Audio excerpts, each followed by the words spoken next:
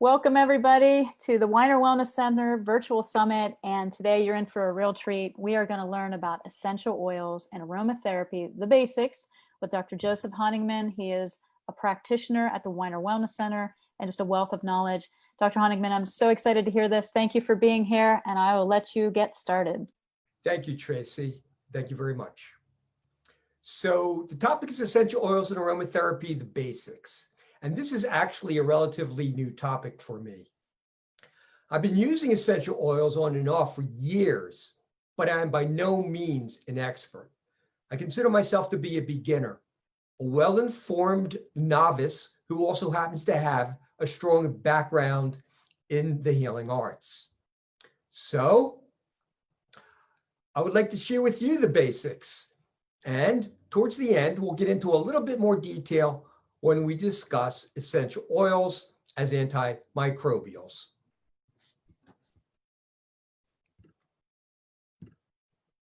So we'll begin with the definition of what an essential oil is. Patricia Davis, in her book, Aromatherapy, explains essential oils as highly aromatic scented substances made in plants by special cells. But at this stage, the scented substance is not yet an essential oil, but it's called an essence. It becomes an essential oil only after it has been extracted by distillation or mechanical methods, such as cold pressing. Now, other solvents can be used, such as hexane, but hexane is toxic, and some of it might wind up in your oil. So be very careful how the oil is being extracted. For now, and there are other good methods, but for right now, I'm recommending distillation and mechanical methods such as cold pressing.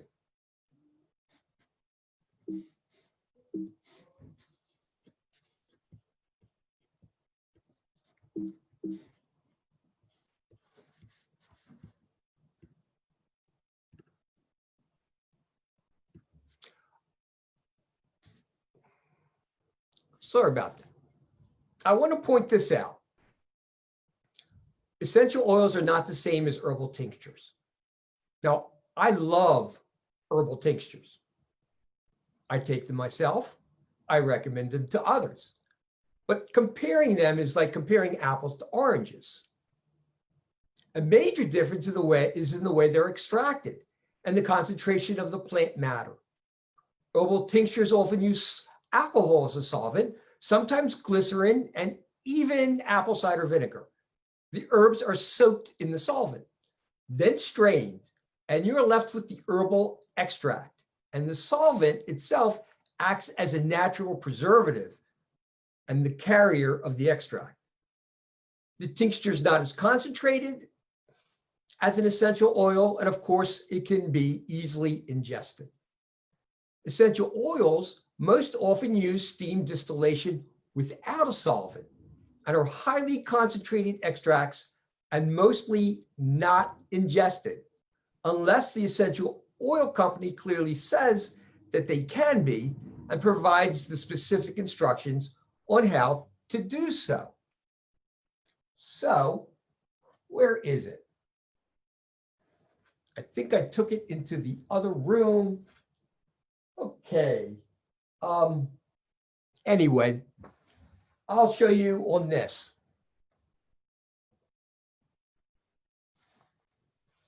This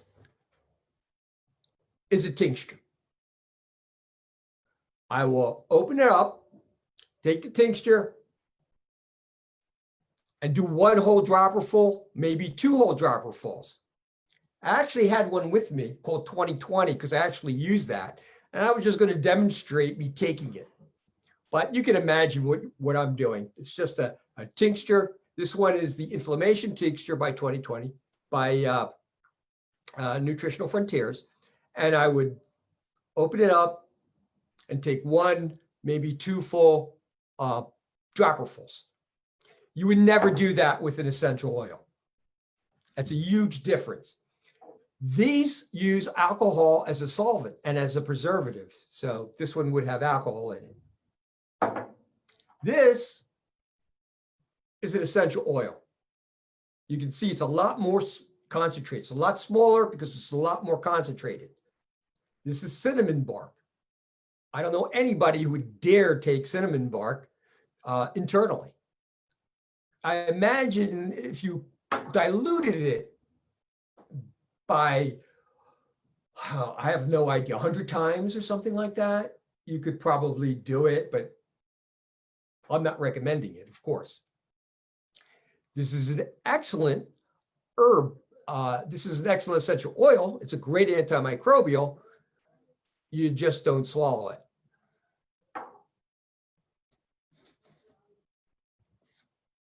So let's look at a definition of aromatherapy. I particularly like this definition. The National Association for Holistic Aromatherapy states that aromatherapy is the art and science of utilizing naturally extracted aromatic essences from plants to balance, harmonize, and promote the health of body, mind, and spirit. Now, who doesn't want that? Now, I don't think I want to balance or harmonize or promote the health of my body and mind. I think most of us can agree that that's a pretty good objective, in addition to providing that feeling of well-beingness. And in aromatherapy, they utilize pure essential oils for that purpose. So I find it to be a very nice tool that I can put into my toolbox of healing. And essential oils have been around for a very, very long time. Aromatic oils were first used by the ancient Egyptians as early as 4500 BC in cosmetics and ointments. That's 6,500 years ago. They made mixtures of different sources of herbal preparations, such as cedar, myrrh, and grapes, in perfume or medicine. So that connection between essential oils and perfume, that dates back a very long time. The use of aromatic oils was first recorded in traditional Chinese and Indian medicine between 3000 and 2000 BC. Now, that's not around the corner. That's 4,000 to 5,000 years ago. And they listed substances such as cinnamon, ginger, myrrh, and sandalwood as being effective for healing. And they still are today. And these are very popular essential oils. And they're also cinnamon, ginger, and myrrh. We use them in a variety of ways as herbs. Greek history documented the use of different essential oils, such as thyme, saffron, marjoram, cumin, peppermint, between 500 and 400 BC. Again, these are very popular herbs that we use in cooking as well. But of course, they're very, very concentrated when we're using them as an essential oil.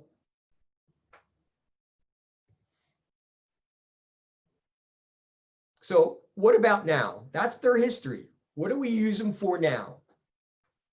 Well, the essential oils and aromatherapy are now being used to help with a variety of conditions, including but not limited to stress, depression, indigestion, headache, insomnia, muscular pain, respiratory problems, skin ailments, swollen joints. I know I'm leaving something out, but that's quite a bit. However, keep in mind that the use of essential oils should always be used in harmony with a healthy lifestyle and diet. A healthy lifestyle and diet are always the foundation of good health.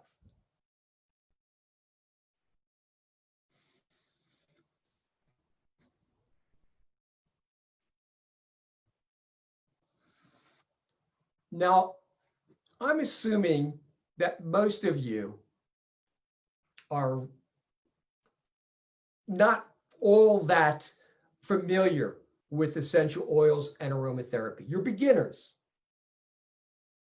So there's some safety issues and some points that I would like to make before you get started on using them. First to note is that essential oils are highly concentrated extracts. it requires about 242,000 roses, or approximately 22 pounds, to distill 5 milliliters of rose oil. Let's put that into perspective. It would take 242,000 roses, 22 pounds, to fill that bottle. That's a 5 milliliter bottle. Same thing for Melissa, another essential oil. So first, I would like you to consider the environmental impact associated with producing essential oils, such as the land needed, the pesticides and fungicides that might be part of the growing practice if you're not using an organic essential oil, as well as the enormous amount of plant material that is often used to extract just a small amount of essential oil. Therefore, when using them, please be conscious of how precious they truly are and only use the minimum to attain the purpose that you're using them for. In addition, when you are purchasing an essential oil, be sure that the oils are free from fillers and synthetic chemicals. That's pretty much no matter what, whether or not they're organic or not organic.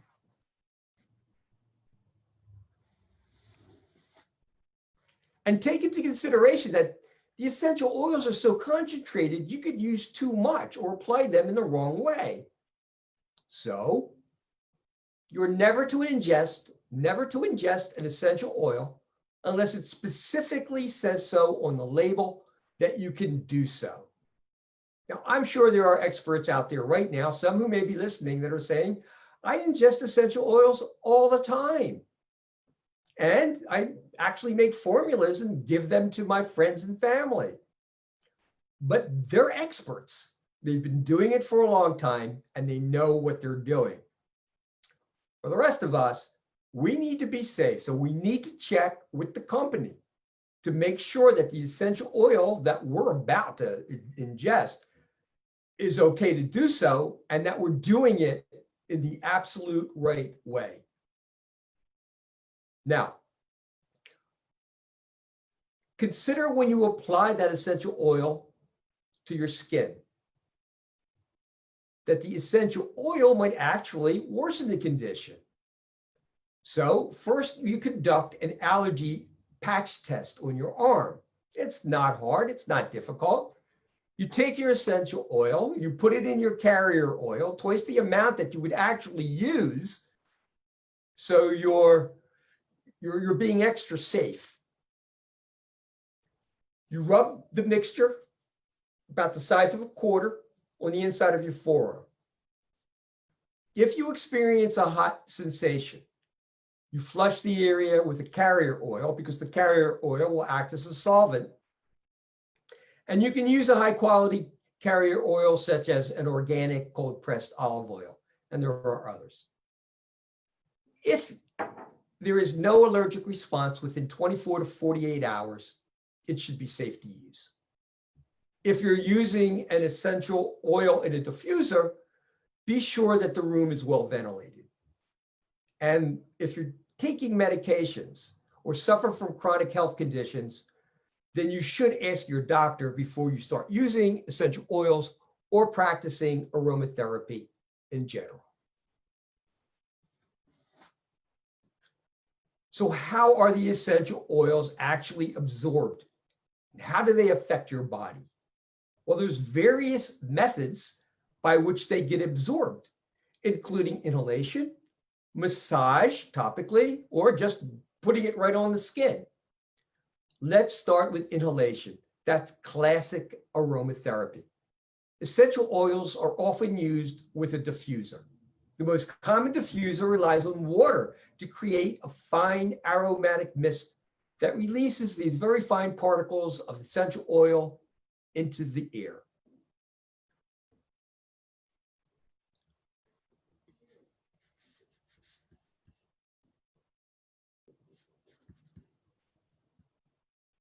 This, think you're going to be able to see me.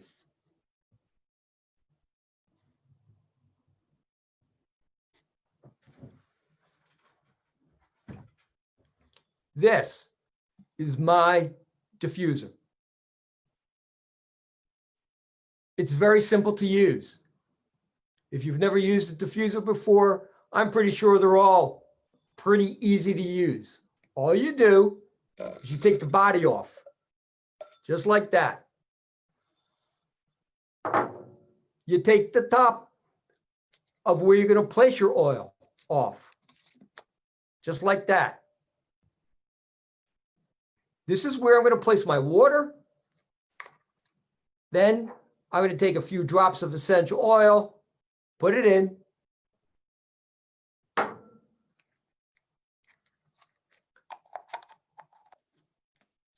Close it back up.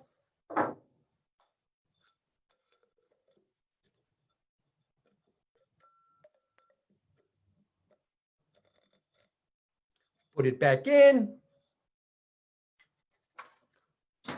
Use my power outlet, plug it in, and you're set. That's how simple it is to use a diffuser.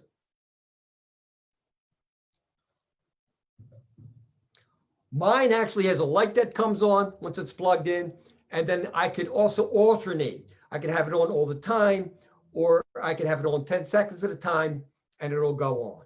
I like this nice ceramic basic diffuser. So what's going to be released? It's this fine aromatic mist that's going to release these very tiny particles of essential oil into the air, and they're going to be directly inhaled through my nostrils, where they're going to travel to my lungs and stimulate and interact with my respiratory system. So later on, we're going to be talking about antimicrobials, and you can see the use of using some effective antimicrobials to maybe disinfect the air that you're breathing, or if you have some type of respiratory difficulty, that it may be helpful. It's also going to travel to your olfactory system. That's the part of the brain that's connected to your smell. And of course, scents can be very, very powerful. So let's take a look at this 2016 journal article called Influence of Fragrances on Human Psychophysiological Activity. It sounds like it's complicated. It really, truly isn't. In this study, the authors note that in humans, there are 300 active olfactory receptor genes. That's a lot, devoted to detecting thousands of different fragrance molecules. Then, by way of our olfactory nerve, the scent instantaneously affects our limbic system and our amygdala. And why are they important? Well, they're important because they're the parts of our brain that play an important role in mood, emotions, memory, and stress. The authors concluded fragrances directly or indirectly affect the psychological and physiological conditions of humans that can impact our bodies through our nervous system. So before I was talking about how it affects your respiratory system. Now we're talking about the nervous system as well. So when you're using a diffuser, how much essential oil is the right amount? Well, for my particular diffuser, the instructions said use 10 to 15 drops of pure essential oil per 100 milliliters of water, approximately 3.5 ounces. Most diffusers are going to have pretty much marks on the diffuser themselves. You fill the water up to this much, and then you put in your 10 to 15 drops or 4 to 5 drops, whatever you find that's going to work for you. So my instructions say 10 to 15. Other opinions will be 5 to 12. I've heard others recommend 3 to 5 to 5 to 10 drops of essential oil per 100 milliliters of water, depending on the oil. So in general, I recommend following your diffuser instructions. And then after that, you can experiment with your own amounts. So some of the oils, you may only use 3 to 5 drops. Others, you might use 10 to 12 drops. depending on the oil. That comes with practice and a little knowledge. Keep in mind that not all essential oils have the same scent strength. So for example, peppermint is going to have a stronger scent than lavender. So you may want to use a few more drops than lavender. But also keep in mind that scent strength is not equivalent to its therapeutic use. Unless, of course, it's the pleasantness of the scent itself that you're using the oil for. Ah, that's a wonderful scent. I feel so peaceful and relaxed just smelling it. Then that's what you're looking for. How long do you keep it on for? Again, we're going through the basics. Most experts usually recommend staying with a 15 to 60 minute time period, not more than 1 hour at a time. Look, when I first started doing this, I'd keep it on all day. Oh, that smells so good. You know, I'd have it on for 2 hours or whatever. Never even think about, how long should I really be keeping it on for? Well, it turns out that there is an actual time period that's optimal. Usually diffusing for 15 to 25 minutes will be enough to saturate a standard size room. Do not ask me what a standard size room is. I'll use it and maybe then I'll put it in another area of the room if I want to get the essential oil to do its thing, in a different area. I suggest that you start with between 5 to 12 drops of essential oil, depending on the oil. I think that is a really good way to begin. And keep your diffuser activated between 15 to 30 minutes at a time. That doesn't mean that 2 or 3 hours from now you can't put it back on. You can. We're just talking about in a row. 15 to 30 minutes at a time is probably a good way to begin. If the instructions on the oil or in your diffuser are different than that, then follow those instructions.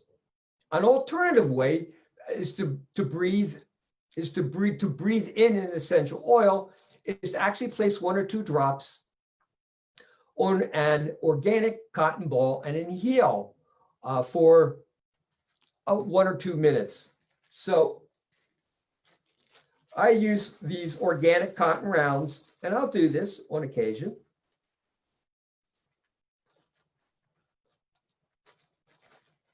The hardest part is getting them out of the bag,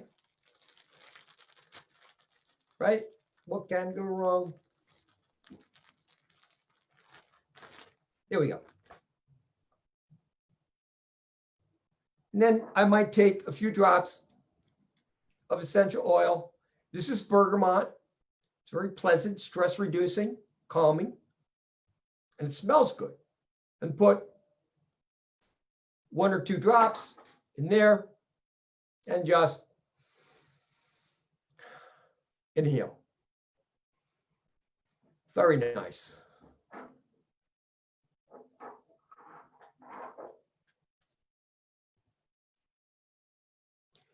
Now, when you're placing it on the skin, in most situations, you're going to dilute it with a carrier oil. So how do you do that? Well, first you need to know a little bit about carrier oils. This is mine.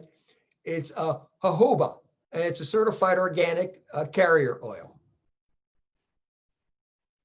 So I'll usually only use, I don't know, maybe an ounce of this. And then we're going to talk shortly about how to get the right percentage of oil mixed with your carrier oil. Again, are there exceptions? Absolutely, there's exceptions. Experts say these following oils are generally safe to use undiluted as long as you're only using a few drops. So examples include tea tree oil, lavender, helichrysum, frankincense, Roman chamomile, rose, and sandalwood. But you only use a few drops of the essential oil. And if you're experiencing any kind of burning, tingling, or irritation, then you're going to need to dilute the oil by using a carrier oil, such as jojoba, or fractionated coconut oil. There's a whole bunch of them out there, but I have fractionated coconut oil, organic, and jojoba oil. I also will use tea tree oil directly on a cut. So what I'll do is I'll just put a little bit of tea tree oil on a cotton or organic cotton, something like this. And then I'll rub it on to where it is. But I'm only using a few drops. And you can do the same. I've used lavender the same way, and even sandalwood.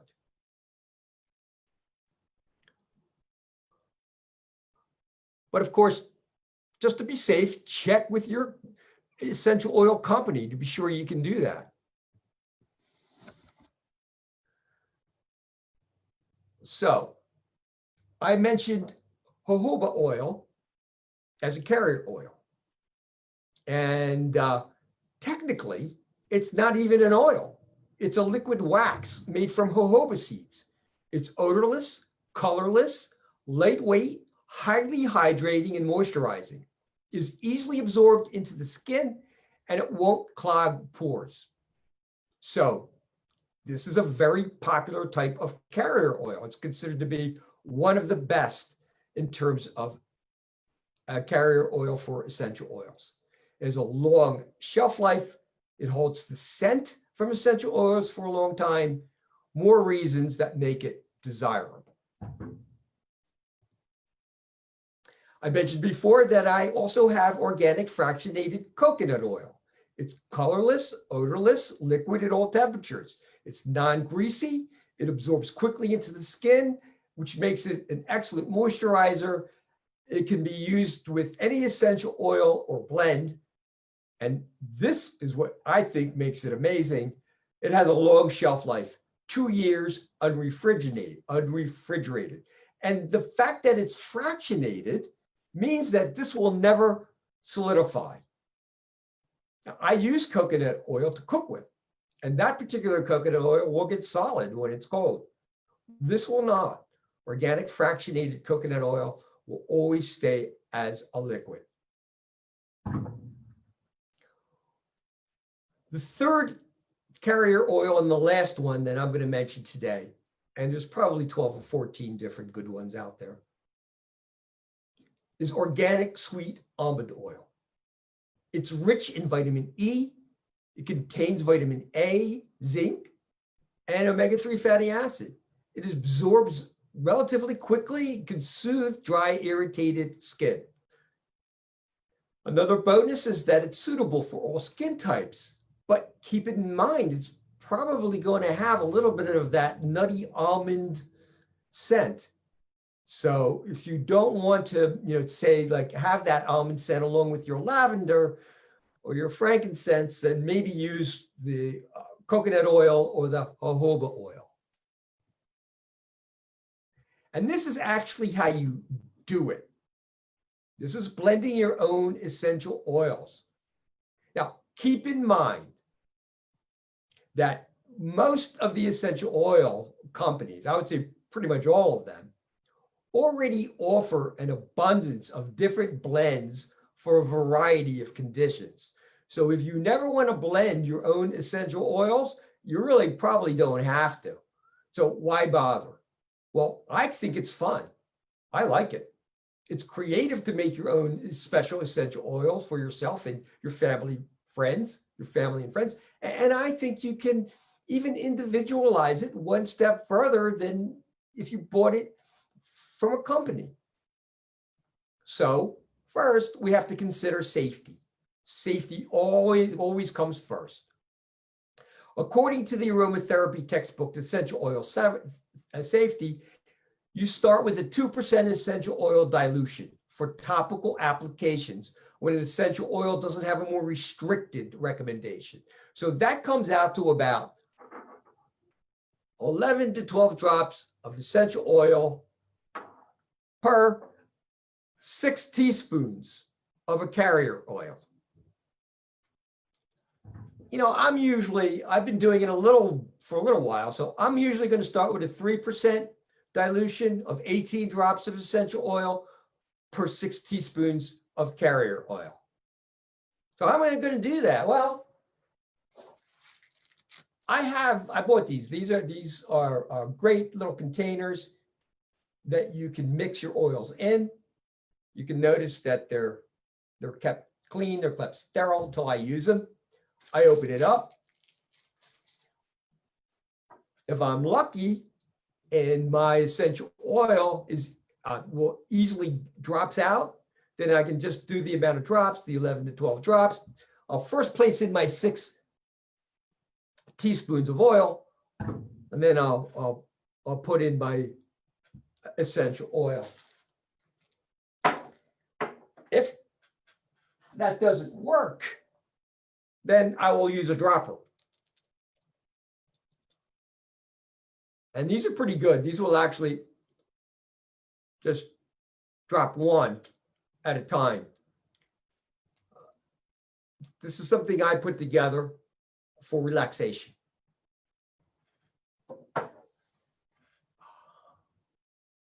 So a maximum of 5% is considered safe. That equals 30 drops of essential oil per 6 teaspoons or 30 milliliters of carrier oil or 1 fluid ounce. So I'm giving you a lot of different measurements that you can use, and it's approximate. So it doesn't have to be exact. You just got to get pretty close. So 30 drops of essential oil equals, you're going to dilute that for 5%. That's maximum. Don't go beyond that. Per 1 fluid ounce of carrier oil, which we're going to say is equivalent to 6 teaspoons or 30 milliliters.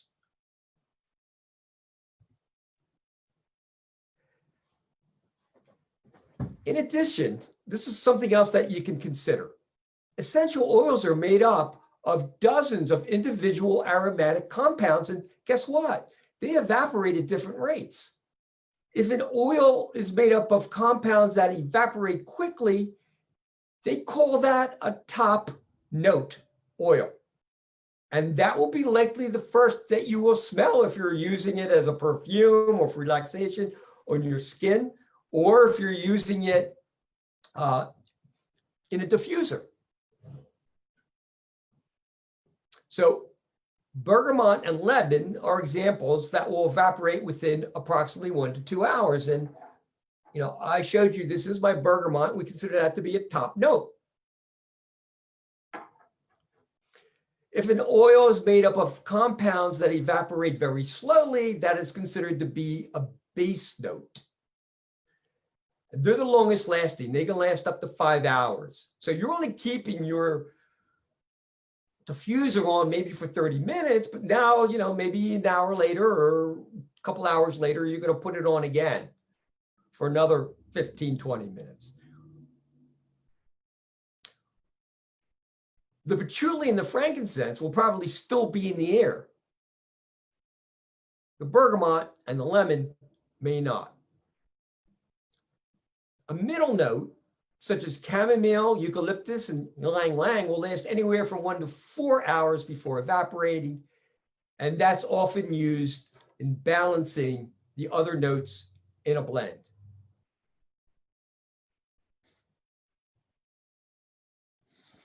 However, the nuts and bolts on how to properly blend essential oils according to their notes is well beyond the scope of my talk. But that knowledge is actually readily available on the internet, and most essential oil companies do a good job in explaining how to get started. Oftentimes on their site, they'll tell you right there if it's a top note, middle note, or base note. What I did is I used the internet and did a search, and I put in this exact sentence: how to blend essential oils according to notes. And I was directed to several good websites to explain it. The following are just a couple of the helpful websites that I discovered. So you can come back later and actually use these websites, but I actually recommend, just keying in that sentence: how to blend essential oils according to notes, and then have some fun with it. The essential oil companies have in their blends, they've already done this work for you. And the perfume companies, I mean, they got this down to a science.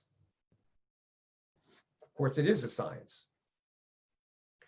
So this is an example of different types of essential oils that are used for mood, anxiety, stress, and the different notes that they have. I guess most importantly of all, I want you to know that all of these essential oils have calming effects, and they're used to reduce anxiety, stress, and improve positive feelings.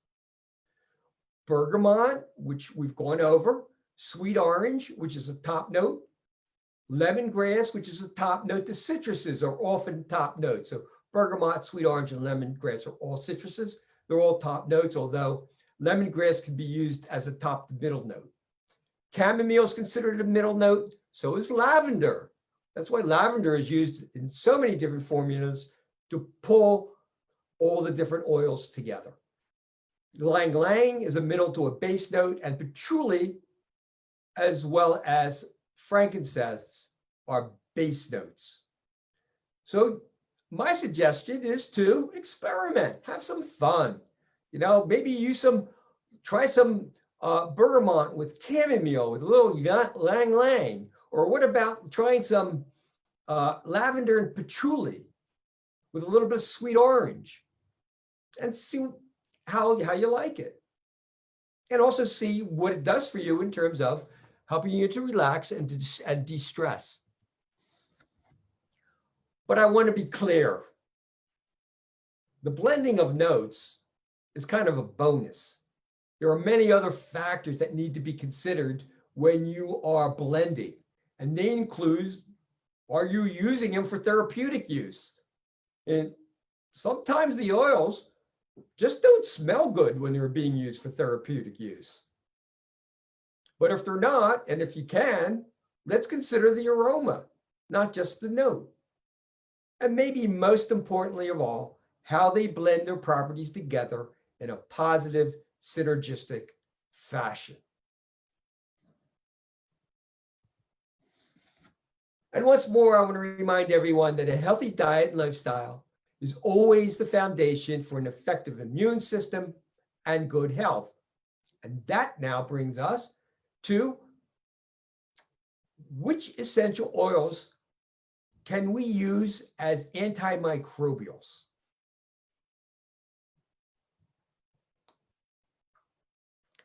I also want to mention this because this is something that I'm actually doing every day. And that is, I take raw garlic every day. What I will do, this is a great antimicrobial. It's not an essential oil. It's not a tincture. This is raw garlic. I will take it and cut it up into little pieces. Let it sit there.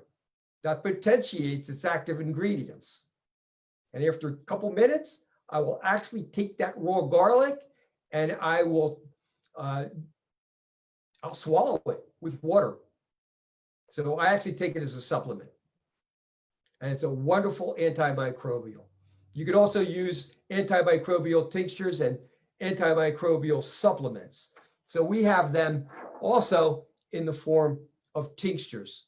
So a lot of the essential oils that I'm going over, the actual herbs can also be used in tinctures and ingested.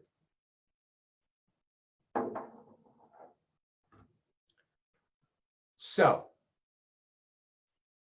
there are many different essential oils that have antibacterial, antifungal, and antiviral effects. In other words, their effects are broad spectrum. They will work on a variety of different types of nasty microbes. Their effect is usually attributed due to the phenols, the terpenes, and the terpenoids, all of which have antimicrobial activity against a wide range of pathogens. And that's why they're broad spectrum and they can be used for a host of different nasty microbes. So what we're going to do is we're going to begin with taking a look at some essential oils with anti antibacterial effects. So with new emerging viruses and antibiotic resistance increasing, unfortunately, it's happening all the time.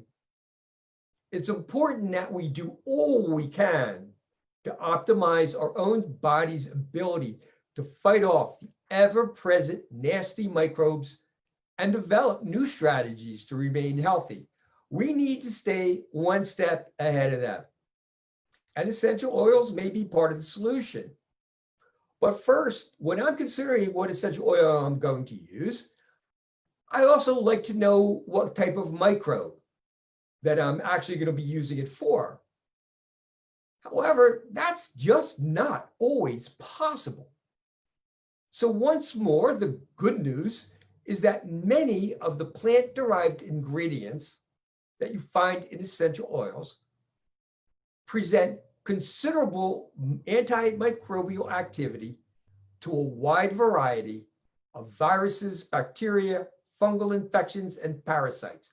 And often a single ingredient, such as an oil of oregano concentrate, can be used for more than one kind of nasty microbe, having a broad range of activity, including antibacterial, antiviral, and antifungal properties. So now we're still looking at essential oils with antibacterial effects, and the ones that seem to provide the strongest effect against these nasty bacteria invaders include oregano, thyme, clove, cinnamon bark, tea tree oil, manuka, and arborvitae, all which have strong topical antibacterial effects. Now, I have a few with me just to show you. This is clove. It's powerful. And maybe the most powerful of all is thyme. You will see this in a lot of supplements. You'll see it in a lot of tinctures. You'll see clove also as well. All of them, you will. They're all good. By the way, do you know why manuka is a powerful antibacterial substance? Something to think you. First of all, manuka. We're most familiar with it as manuka honey. And manuka honey comes from the manuka bush in Australia. The manuka bush is highly related to the tea tree. So it has a lot of the same qualities that tea tree oil has. Only you can actually eat manuka honey, but it also comes as an oil. And it has its own very good effects against nasty microbes in general. Many of these have multi-purpose. Now, many manufacturers of cinnamon, and I put that up for you before, cinnamon bark, recommend avoiding topical use. But if you do choose to use on your skin, you have to dilute it with lots of carrier oil. So what they're recommending is like 1 drop of cinnamon oil for 30 to 40 milliliters of carrier oil, because it's very strong and it's easy to use too much. I use this in my diffuser, and it really seems to just fill my lungs up with, I think, antimicrobial goodness, killing pathogens as I breathe it in. But I'm careful not to use too much. Plus, if you don't use too much, it smells nice. It smells of cinnamon. So it can be used and inhaled with a diffuser. Now, thymol, which I mentioned before, thyme, is an excellent broad-spectrum antimicrobial that has been shown to be highly effective in killing several cutaneous drug-resistant organisms. And also, you can breathe in thyme. So I've also used thyme in my diffuser, and I've used it on my skin. Thyme does not smell nice as far as I'm concerned, but I'm not using it for its scent. I'm using it for its antimicrobial factors. Now, what if you have a cold or the flu or some other type of respiratory pathogen? which essential oils have been shown to be very effective in killing off these pathogens? Well, the following essential oils have shown both anti-inflammatory, which is a really good thing, because why you want them, the oils to kill them off, you don't want them to cause an overreaction of your own immune system, because then that would actually increase inflammation, not decrease it. And so the oils I'm recommending are thyme, once more, peppermint, clove, cinnamon bark, and of course, eucalyptus. So hopefully all of those are familiar to you. And once more, notice that these particular oils are multi-purpose. So for those of you who don't know what an expectorant is, by the way, it's an agent that helps to bring up the mucus, which hopefully is bonded with a lot of infection, a lot of poison. And it's actually going to get it out of your lungs, and you can cough it out from your lungs. So it helps to thin or drain the mucus. Now, these are essential oils with antifungal effects, including Candida albicans, or the toe fungus, or athlete's feet. You could use these oils for all of those different problems. That's oregano, thyme, clove, lemongrass, cinnamon, and tea tree. Now, both thyme and lemongrass in studies have shown to be very effective antifungal agents. I knew about thyme, but I didn't realize that lemongrass was so good at killing fungus. Now, most of these have not been tested in double-blind studies. Usually how they're tested is they put the nasty microbe on a petri dish, and then they take a little bit of the oil of each of the different oils and they place it on the petri dish, and they see how quickly and effectively it kills that particular virus or bacteria. We have some studies, but certainly not enough with humans. Some of what I know that we've had plenty of studies for mood and for calming. And we've also had some studies when we place it in the skin, but be careful using these. Nonetheless, I think they're great oils to use for different types of fungus. I actually put together one consisting of thyme, clove, lemongrass, and a little bit of tea tree oil. It did not smell good, but it's a good antifungal. So this is how to actually use it, how to put something together if you have an infection such as jock itch or athlete's foot or ringworm. So you take 2 or 3 of the listed oils from the previous slide, such as oregano, clove, tea tree, lemongrass, along with a carrier oil such as jojoba or organic coconut oil, and you mix 2 to 3 drops of the oil, either way, right, with 20 drops of carrier oil. So I put the 20 drops of carrier oil on here, and I'm going to take my 2 to 3 drops of oil, put it in my container, or put it in this little bottle. I'm not even going to bother trying to take this out. It took me 5 minutes last time to get one of these out. But I'll use one of my cotton rounds, put it on the cotton round, and say, maybe put it on toenail fungus or some type of, newly formed fungus that may be forming on your arm. In addition, you may even want to cover it for the night. You put it on, you bandage it up, you let it soak in.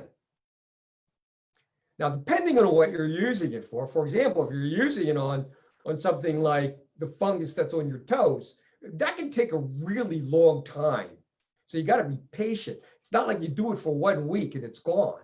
You got to keep at it, right? So these are effective, but you got to be persistent. I mean, it could take months for something like that. Now, it's going to take a lot less if it's jock at your athlete's feet. But I also want to make something clear. All of these oils, don't get them on your mucous membranes. They need to be highly diluted. I will take tea tree oil and actually put a drop or two maybe on my forehead or my face if I think I need it. But if it gets into your eye, it's a disaster. You hear that? If it gets into your eye, it's a disaster. Or even into your mouth. You don't want to take these directly into your mouth. So be careful. So this is a version that I have for eczema, psoriasis, and to fight fungal knee skin infections such as ringworm or toenail fungus. You can come back to the slide and put it together at your own leisure. You're going to need oregano or cinnamon essential oil. I got that right here with me. The tea tree essential oil, the thyme essential oil, or lemongrass or clove. So I've got 3 of them right here. I could put one together with my cinnamon, my thyme, and my clove. And I'll add 2 drops of each of the 4 essential oils to 2 teaspoons. That's not a lot, so it's concentrated, of a fractionated coconut oil. And then I'm going to apply this blend directly to the affected area twice a day for as long as the rash or the inflammation persists. And below that is my formula for fungal nail infection.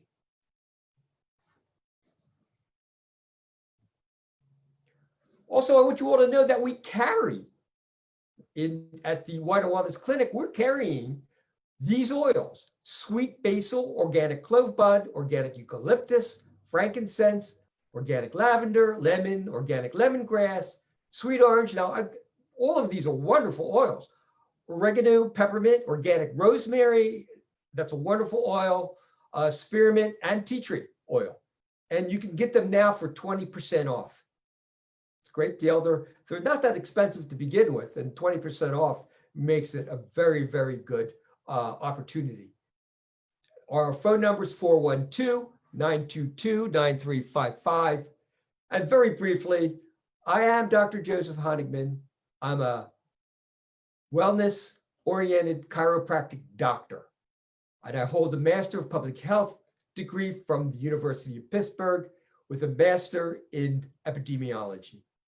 I have approximately 40 years experience in the healthcare field and 27 plus years experience as a doctor of chiropractic. I use a functional wellness approach, which basically means that this is a client-centered approach where we're looking to get at the root cause. And so, although I will address the symptoms, they are secondary to optimizing the health of your entire body. I've specialized training in functional wellness, integrative and nutritional wellness, stress management, such as relaxation and meditation techniques, chiropractic stabilization and rehabilitation techniques, trigger point therapy, and my goal is always healthy transformation of body, mind, and spirit. Hey, that's the goal for myself. And that's the goal that I'm hoping that we will both share.